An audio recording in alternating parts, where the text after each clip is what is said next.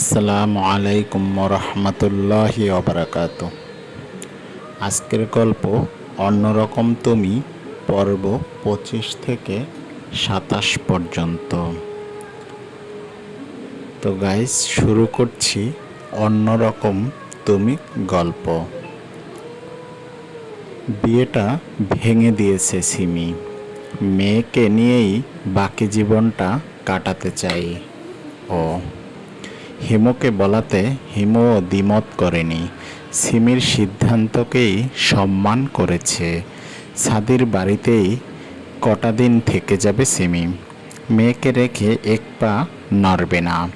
এদিকে পরি সিফাতকে 1 মিনিটের জন্য চোখের আড়াল করতে চায় না, যেন চোখের আড়াল করলেই হারিয়ে যাবে। একদিনের মধ্যে সাদি ছোঁয়ার জন্য স্কুল ড্রেস বানিয়ে এনেছে, সাথে সাদা জুতো। সকাল সকাল ছোঁয়া স্কুল ড্রেস পরে চুলে দুটো বিনুনি গেঁথে ব্যাগ কাঁধে ঝুলিয়ে স্কুলের দিকে রওনা হয়। সাদি ওর জন্য ব্রেকফাস্ট বানিয়েছিল, সেটাও খেয়ে যায় না। 3 রাস্তার মোড়ে ছোঁয়া দাঁড়িয়ে আছে প্রভার অপেক্ষায়। 10 মিনিট পর প্রভা আসে। তারপর দুজন হাঁটতে থাকে। স্কুলের বাম সাইডে একটা উকিলের চেম্বার দেখতে পায় ছোঁয়া। বাবার থেকে শুনেছিল উকিলরা নাকি ডিভোর্স করিয়ে দেয়, তাই স্কুল ছুটির পরে উকিলের সাথে কথা বলতে যাবে। স্কুলের গেটের সামনে দাঁড়িয়ে থাকতে দেখে সেই দিনকার সেই ছেলেগুলোকে। ছোঁয়া ওদের দিকে তাকিয়ে ভেঙচি কাটে। ছেলেগুলো ছোঁয়ার দিকেই তাকিয়েছিল। ছোঁয়ার ভীষণ রাগ হয়। কেন তাকিয়ে থাকবে ওর দিকে? নজর লেগে যাবে না? প্রভা, চল তো আমার সাথে। প্রভার হাত ধরে টেনে ছেলেগুলোর সামনে গিয়ে দাঁড়ায় ছোঁয়া। 3টা ছেলে ওখানে, 3জনই নড়েচড়ে দাঁড়ায়। প্রবলেম কি আপনাদের? আমি জানি আমি সুন্দর, তাই বলে এভাবে তাকিয়ে থাকবেন? আমার নজর লেগে যাবে না? আমাকে কালো করে দেওয়ার ধান্দা না? কোমরে হাত দিয়েই রাগী কণ্ঠে বলে ছোঁয়া। ছেলেগুলো বড় বড় চোখ করে তাকায় ছোঁয়ার দিকে। বোঝো ঠেলা। বললাম না তাকাতে। আর এনারা চোখ বড় বড় করে তাকালো। বলি, জীবনে কি মেয়ে দেখেন নাই? চিল্লিয়ে বলে ছোঁয়া। প্রভা করুণ চোখে তাকিয়ে আছে ছোঁয়ার দিকে। আমরা যে তোমার দিকে তাকিয়েছিলাম, এটা তুমি কি করে বুঝলে? সোহান নামের ছেলেটা বলে। আমাকে কি কালা মনে হয়? কেউ আমার দিকে তাকিয়ে থাকবে আর এটা আমি বুঝতে পারবো না? How funny. মুখ বাঁকিয়ে বলে ছোঁয়া। কোন ক্লাসে পড়ো মামনি? রনি নামের ছেলে একগাল হেসে বলে, কোন ক্লাসে পড়ো? এটা প্রশ্ন করাতে দাঁত কেলানোর কি হলো? জীবনেও তো মনে হয় ব্রাশ করেন না। ছেলেটা থমথমে খেয়ে যায়। কি হচ্ছে এখানে? কর্কশ গলায় কথা শুনে চমকে ওঠে ছোঁয়া। এক লাফে প্রভার পিছনে গিয়ে লুকায়। প্রভার মুখে হাসি ফুটে ওঠে। ছেলেগুলো কোনো দিকে না তাকিয়ে এক দৌড় দেয়। এই ধানি লঙ্কানে বিশ্বাস নেই। যদি উল্টাপাল্টা বলে গণধোলাই খাওয়ায়। ভাইয়া দেখেন না, ছোঁয়া অযথা ঝগড়া করছিল। প্রভা একগাল হেসে বলে। সাদি ভুরু কুঁচকে তাকায়। সামনে এসো, ধমক দিয়ে বলে সাদি। ছোঁয়া শুকনো ঢোক গেলে গুটি গুটি পায়ে প্রভার পিছন থেকে সামনে গিয়ে দাঁড়ায় মাথা নিচু করে। সকালে খেয়ে আসনি কেন? আমি কি অফিস বাদ দিয়ে তোমার খাবার নিয়ে তোমার পেছনে পেছনে ঘুরবো? দাঁতে দাঁত চেপে বলে সাদি। সরি, রিনরিনিয়ে বলে ছোঁয়া। হিজাব ছিল না ড্রেসের সাথে? সাদি প্রশ্ন করে। ছিল। তো তোমার হিজাব কই? এক্সট্রা ওড়না কই? ফিটার খাওয়া শিশু তুমি? মেঘের মতো গর্জন তুলে বলে সাদি। ছোঁয়া কেঁপে ওঠে, চোখ মুখ খিচে বন্ধ করে ফেলে, বুকটা ধুপ ধুপ করছে। তখন গালে ঠাস করে চর পড়বে। চর খাওয়ার জন্য প্রস্তুতি নেয় ছোঁয়া। প্রভা গুটি গুটি মেরে এক কোণায় দাঁড়িয়ে আছে। সাদমান সাদমান হয়েছে তোমার, চলো লেট হচ্ছে। ফোন টিপতে টিপতে মেঘা নামের মেয়েটা এগিয়ে এসে বলে। মেঘাকে দেখে ছোঁয়া গাল ফোলায়। সাদি চোখ বন্ধ করে জোরে শ্বাস নেয়।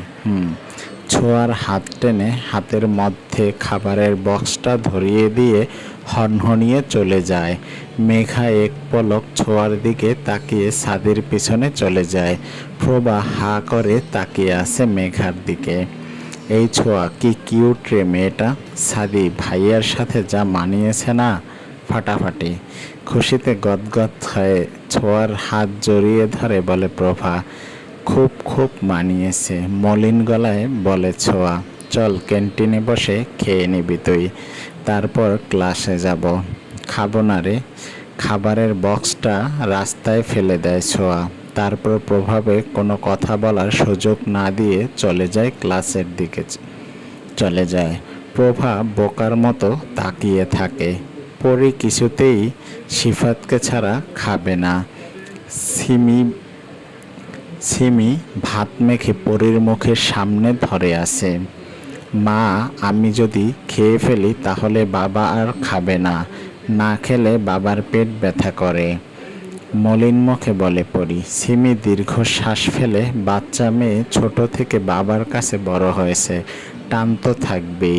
যাও বাবাকে ডেকে আনো। মুচকি হেসে বলে সিমি। পরি খুশিতে লাফিয়ে ওঠে। সিমির গাল টেনে চুমু খায়। সিমিও পরীর কপালে চুমু খায়। সিফাত উপর হয়ে শুয়ে আছে। বাবা ওঠো, তাড়াতাড়ি ওঠো বাবা, খাবো। তো আমার পরি দৌড়ে এসে সিফাতের পিঠে জড়িয়ে ধরে বলে, তুমি মায়ের সাথে খেয়ে নাও মা, আমি খাবো না। ঘুম জড়ানো কণ্ঠে বলে সিফাত, তুমিও খাবে? মা বসে আছে ভাত নিয়ে, তাড়াতাড়ি চলো না বাবা। সিফাতকে টেনে তুলে পরি। সিফাত ঘুম ঘুম চোখে ওয়াশরুমে ঢুকে পড়ে। 2 মিনিটেই ফ্রেশ হয়ে চলে আসে। পরি সিফাতের হাত টেনে খাবার টেবিলের কাছে নিয়ে যায়। সিমি সিফাতের জন্য ভাত বেড়ে বসে আছে। থমকে যায় সিফাত। সিমি ওর জন্য খাবার সার্ভ করবে এটা ওর ভাবনার বাইরে। পরি, মা চলে এসো, ভীষণ খিদে পেয়েছে আমার। সিমি ভাত মাখতে মাখতে বলে। পরি দৌড়ে গিয়ে সিমির কোলে বসে পড়ে। সিফাতও গুটি গুটি পায়ে গিয়ে বসে পড়ে। আজকে সিমি নিজের হাতে রান্না করছে। গরুর মাংস, পোলাও, সাদা ভাত আর ইলিশ মাছ ভর্তা। ইলিশ মাছ ভর্তা সিফাতের ভীষণ পছন্দ। পোলাও পছন্দ না সিফাতের, কিন্তু পরি আর ছোঁয়ার ভীষণ পছন্দ। ছুটির পরে প্রভাকে বাড়ি পাঠিয়ে দেয় ছোঁয়া। তারপর উকিলদের চেম্বারের দিকে পা বাড়ায়। চেম্বারের সামনে বড় বড় করে লেখা, মেহেদি মাহমুদ সৈকত। ছোঁয়া বুকে হাত দিয়ে জোরে শ্বাস টেনে নক করে। দরজা একটু ফাঁকা করে মুখটা ভিতরে ঢুকিয়ে বলে, may I come in sir? Saikat file দেখছিল। Yes, come in. মুখ না তুলেই বলে। ছোঁয়া ভিতরে ঢুকে পড়ে। বসি। এবার সৈকত মাথা তুলে তাকায়। বাচ্চা মেয়ে দেখে ভুরু কুঁচকে ফেলে। ছোঁয়া একগাল হেসে বসে পড়ে। তো বলুন কিভাবে সাহায্য করতে পারি? কলমের মুখ আটকে বলে সৈকত, আমি ডিভোর্স পেপার বানাতে চাই। ছোঁয়া কাঁচুমুচু হয়ে বলে, বাবা মায়ের? না, আমার। কি? আমার বিয়ে হয়েছে 1 মাস। বড় আপির বিয়ে ঠিক হয়েছিল, সেই বিয়ে করবে না বলে পালিয়েছিল। দেন জোর করে আমাকে বিয়ে দিয়ে দিয়েছে একটা জলহস্তির সঙ্গে। গাল ফুলিয়ে বলে ছোঁয়া। সৈকত গালে হাত দিয়ে বসে। তারপর সে অন্য একটা মেয়ের সাথে নিকনিক করে আর আমাকে ঠাস ঠাস থাপ্পড় মারে। এই দেখুন, এখানে গালটা লাল হয়ে আছে, এখনো গালটা লাল হয়ে আছে। গাল এগিয়ে দিয়ে বলে ছোঁয়া। সৈকত একটু এগিয়ে এসে দেখে, এখন আপনি আমার ডিভোর্সের ব্যবস্থা করে দিন। নাম কি তোমার পিচ্ছি? সৈকত খাতা বের করে বলে, এই ইডিয়েট। চমকে ওঠে ছোঁয়া, এক দৌড়ে সৈকতের পিছনে গিয়ে বসে পড়ে। একদম বলবেন না আমি এখানে, প্লিজ, ফিসফিস করে বলে ছোঁয়া। সৈকত গোল গোল চোখ করে একবার দরজার দিকে তাকাচ্ছে তো আরেকবার ছোঁয়ার দিকে তাকাচ্ছে। তুই এখানে? সৈকত দাঁড়িয়ে আশ্চর্য হয়ে ভুরু কুঁচকে বলে, নিশ্চয়ই তোকে দেখতে আসেনি। সাদি বিরক্ত হয়ে বলে। সৈকত থমথম খেয়ে যায়। তোর পায়ের কাছে যে ঘাপটি মেরে বসে আছে তাকে কান ধরে বের করে দে। দাঁতে দাঁত চেপে বলে সাদি। আমার পায়ের কাছে? সৈকত পায়ের দিকে তাকায়। ছোঁয়া কাচুমুচু হয়ে বসে আছে। বলুন, এখানে কেউ নেই। ছোঁয়া ফিসফিস করে বলে। সৈকত একটা ঢোক গেলে, এখানে কেউ নেই। কেউ আমার পায়ে বড় নখ দিয়ে চিমটি দিচ্ছে না। একটু হাসার চেষ্টা করে বলে সৈকত। ছোঁয়া কপাল চাপকে, এই লোকটাকে উকিল কে বানিয়েছে? আস্ত গাধা একটা। সাদি গোল গোল চোখ করে তাকায়। এই আপনাকে উকিল কে বানিয়েছে? আস্ত গাধা একটা আপনি। ছোঁয়া টেবিলের তলা থেকে বের হয়ে কোমরে হাত দিয়ে বলে। সৈকত ভ্যাবাচেকা খেয়ে এ কাদের পাল্লায় পড়ল। আমি কি করলাম? জোর দিয়ে বলতে পারল না। জোর দিয়ে বলতে পারলেন না আমি এখানে নেই। এখন যে আমার গালে ঠাস ঠাস দুটো পড়বে সেটার দায় কে নেবে? Just shut up. এখানে কেন এসেছো তুমি?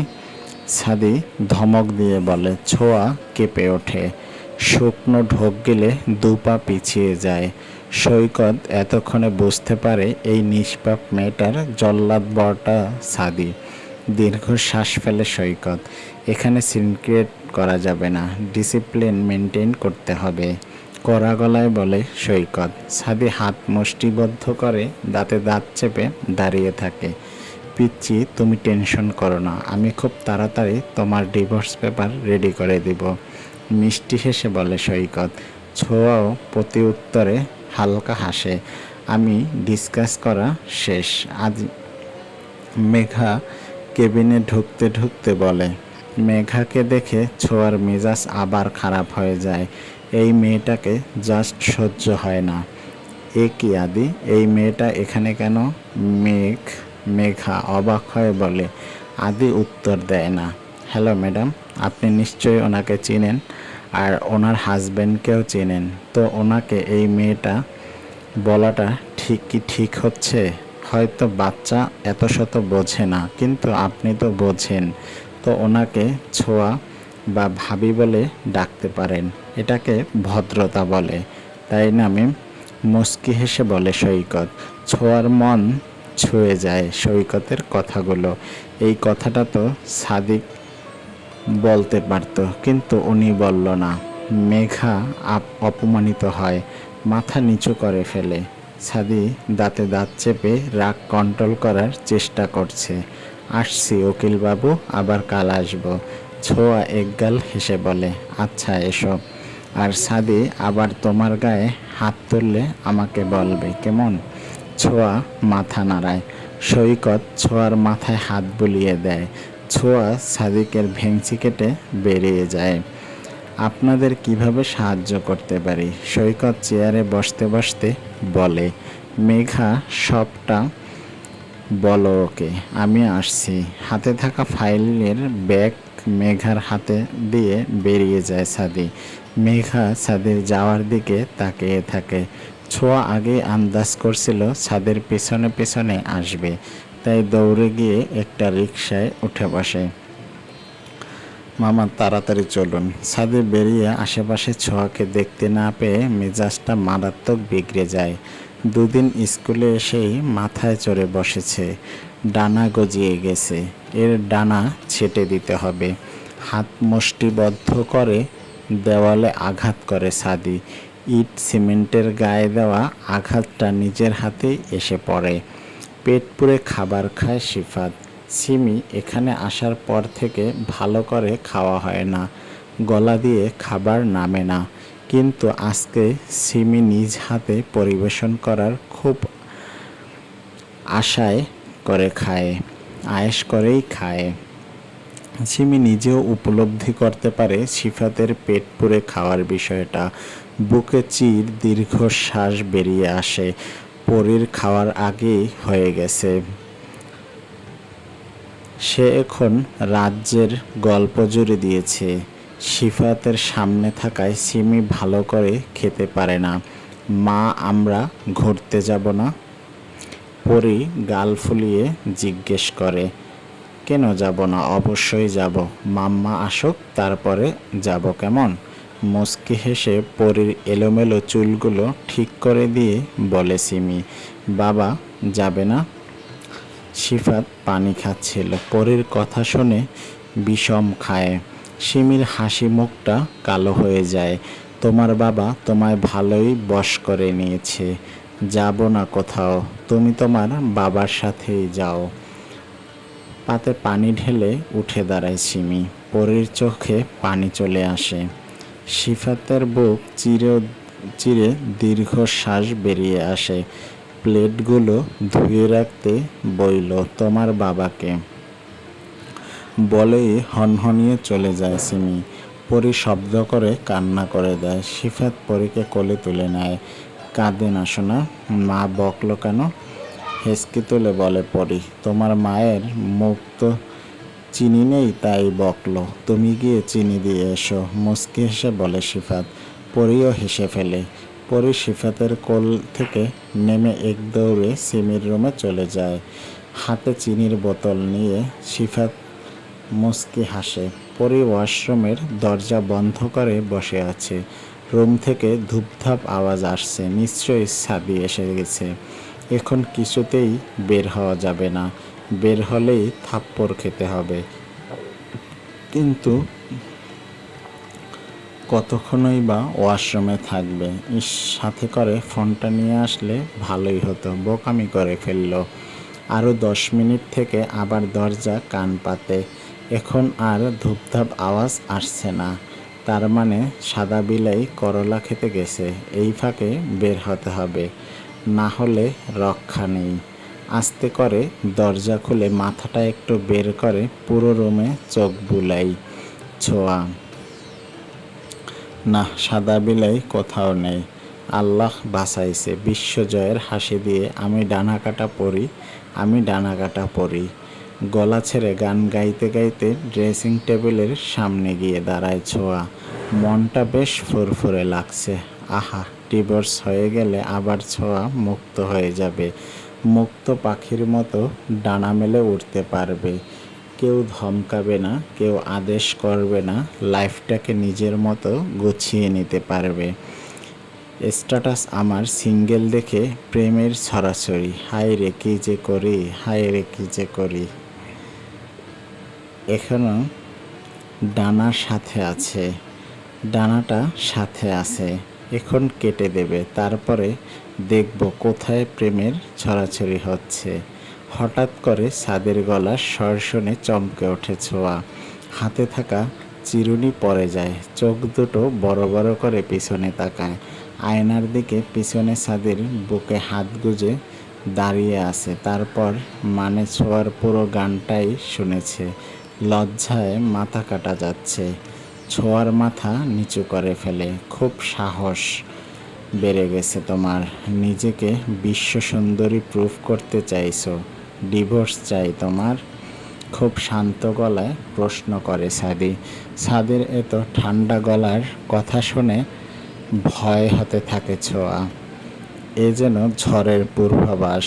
শুকনো ঢোক গেলে আমাকে বকুন মারুন ঠিক আছে, কিন্তু প্লিজ গালে মাইরেন না। হয়েছে কি, আমার একটা দাঁত নড়বড়ে হয়ে গেছে, আরেকটা চড় পড়লে ভেঙে যাবে। তখন আর আমাকে কেউ বিয়ে করবে না। আমার বাচ্চারা আমাকে মা না বলে দাদিমা বলবে। কাঁদো কাঁদো ফেস করে রিনরিনিয়ে বলে ছোঁয়া। সাদি বিরক্ত হয়, হনহনিয়ে এগিয়ে আসতে থাকে ছোঁয়ার দিকে। ও আল্লাহ গো, বাঁচান আমায়! এর চিৎকার দিয়ে খাটের তলায় ঢুকে যায় ছোঁয়া। সাদি বোকা বনে যায়। 2 সেকেন্ড সময় লাগে বুঝতে হলোটা কি। যখনই বুঝতে পারে তখনই ফোঁস করে শ্বাস টানে। আস্ত গাধা একটা, বিড়বিড় করে বলে সাদি। সাদা বিলাই থুক্কু, সাধু বেবি, এবারের মতো মাইরেন না। ছোঁয়া খাটের তলা থেকে বলে, মারব না, একবার হাতের কাছে পাই উল্টো করে ঝুলিয়ে রাখবো তোমায়, ইডিয়েট একটা। জানটা জ্বালিয়ে খেলো আমার। কানে হাত দিয়ে এক পায়ে দাঁড়িয়ে আছে ছোঁয়া। ছোঁয়ার সামনেই ছাদি টান টান হয়ে শুয়ে আছে, চোখ দুটো বন্ধ তার। সাধু বেবি, আর কখনোই এমনটা করব না। কিন্তু ঠিক কেমনটা করব না? কিসের জন্য শাস্তি পাচ্ছি? কাঁদো কাঁদো ফেস করে বলে ছোঁয়া। সাদি চোখ খুলে এক পলক তাকায় ছোঁয়ার দিকে। তোমার পরিচয় কি? সাদি হাই তুলে ছোঁয়াকে প্রশ্ন করে। আমার নাম ছোঁয়া রহমান, ক্লাস 9-এ পড়ি। বাবার নাম শফিক রহমান, গ্রামের নাম মান। রিলেশনশিপের কথা বলছি। বিরক্তিতে চোখ মুখ কুঁচকে বলে সাদি। পিওর সিঙ্গেল, রিনরিনিয়ে বলে ছোঁয়া। সাদি ঘাড় বাঁকিয়ে এক পলক তাকায় ছোঁয়ার দিকে। সাদি তাকাতেই ছোঁয়া মাথা নিচু করে ফেলে। আমার বাড়িতে কেন থাকছো তুমি? মেট তুমি আমার না কি কাজিন? কপালে 3 আঙ্গুল দিয়ে স্মেইল করতে করতে বলে সাদি। কাজিন? ছোট করে জবাব দেয় ছোঁয়া। ইডিয়েট! দাঁতে দাঁত চেপে বলে সাদি। এবার হাঁটুতে ভর দিয়ে বসো, আই মিন নীলডাইন হয়ে। ফোন হাতে নিয়ে বলে সাদি। কিন্তু কেন? কাঁদো কাঁদো ফেস করে বলে ছোঁয়া। এতক্ষণ শাস্তি পেয়েছ সৈকতের চেম্বারে যাওয়ার জন্য, এখন শাস্তি পাবে ভুলভাল পরিচয় দেওয়ার জন্য। সাদি উঠে বসে, পূর্ণ দৃষ্টিতে ছোঁয়ার দিকে তাকিয়ে বলে, আমি ভুল কি করলাম? ঠিকই তো করেছি, ডিভোর্স হয়ে গেলে ভালোই হবে। তাই তো আমি ছোঁয়ার কথা শেষ হওয়ার আগেই সাদি ছোঁয়ার হাত ধরে টান দিয়ে পাশে বসিয়ে দেয়। ছোঁয়া ভয় পেয়ে চোখ মুখ কুঁচকে ফেলে। সাদি ছোঁয়ার গাল চেপে ধরে খুব শক্ত করে, রাগে চোয়াল শক্ত করে ফেলে। চাইছিলাম না গায়ে হাত তুলতে, কিন্তু তুমি বাধ্য করলে। বাচ্চার মতো থাকবে, সাহস কি করে হয় আমার নেওয়া খাবার ফেলে দেওয়ার? কিসের এত ইগো তোমার? তেরামি করো আমার সাথে, চাপকে গাল লাল করে দেব তোমার। দাঁতে দাঁত চেপে বলে সাদি। সাদির নিঃশ্বাস ছোঁয়ার মুখে পড়ছে, ব্যথায় গাল দুটো টনটন করছে। মনে হচ্ছে চামড়া ভেদ করে আঙুলগুলো ভিতরে ঢুকে যাবে। চোখ দিয়ে 2 ফোঁটা পানি গড়িয়ে পড়ে ছোঁয়ার। সাদি চোখ বন্ধ করে নিজেকে শান্ত করে, ছোঁয়াকে ধাক্কা দিয়ে সরিয়ে দেয়। 2 ইঞ্চি পিছিয়ে যায় ছোঁয়া। ছাড়া পেতেই গালে হাত দিয়ে ফুপিয়ে কেঁদে ওঠে। ডিভোর্স সম্পর্কে জানো তুমি? কতটুকু চেনো এই শহর? ভালো ব্যবহার করছি, ভালো লাগছে না না? 2 হাত মাথায় চেপে ধরে চোখ বন্ধ করে বলে সাদি। ছোঁয়া কেঁদেই যাচ্ছে, বারবার কাঁদছে ছোঁয়া। অফিসের ইম্পর্টেন্ট মিটিং ফেলে তোমার জন্য খাবার নিয়ে গিয়েছিলাম। মেঘা বারবার না করছিল যেতে, তবুও আমি গিয়েছিলাম। কিন্তু তুমি কি করলে? সেই মেঘার সামনেই খাবার ফেলে দিলে। কতটা অপমানিত হয়েছে আমি ধারণা আছে তোমার? চিৎকার করে বলে সাদি। ছোঁয়া হাতের উল্টো পিঠে চোখের পানি মুছে তাচ্ছিল্য হাসে। ওহ, মেঘা আপুর সামনে আপনি অপমানিত হয়েছেন বলে এত রাগ? আমিও অযথা চিন্তা করছিলাম আপনি হয়তো আমি খাইনি বলে রেগে আছেন। নাক টেনে বলে ছোঁয়া। সাদি ভুরু কুঁচকে ছোঁয়ার দিকে তাকায়, ফোঁস করে শ্বাস ফেলে দেওয়া খাবারটাই খেতে হবে তোমার, বলেই গট গট করে চলে যায় সাদি। সেই খাবারের বক্সটা এনে ছোঁয়ার হাতে ধরিয়ে দেয়। ছোঁয়া কোনো কথা না বলে বক্স খুলে খেতে থাকে। মুখে খাবার আটকে যাচ্ছে, তবুও থামছে না। বেশি বেশি খাবার পুরে চিবোতে থাকে। চোখ থেকে তো পানি পড়ছেই। সাদি পানি হাত দিয়ে ছোঁয়ার দিকে তাকিয়ে আছে। পানি হাতে নিয়ে ছোঁয়ার দিকে তাকিয়ে আছে। ছোঁয়াকে এভাবে খেতে দেখে রাগটা আরও বেড়ে যায়। ঠাস করে ছোঁয়ার হাত থেকে খাবারের প্লেট ফেলে দেয়। চমকায় না ছোঁয়া, মাথা নিচু করে ফুপাতে থাকে। সাদি পানির বোতল হাতে দেয় ছোঁয়ার, পানির বোতল ফেলে দেয়। সাদির ইচ্ছে করছে ঠাটিয়ে দুটো চর মেরে দিতে। এইটুকু মেয়ে, তার তেজ কত!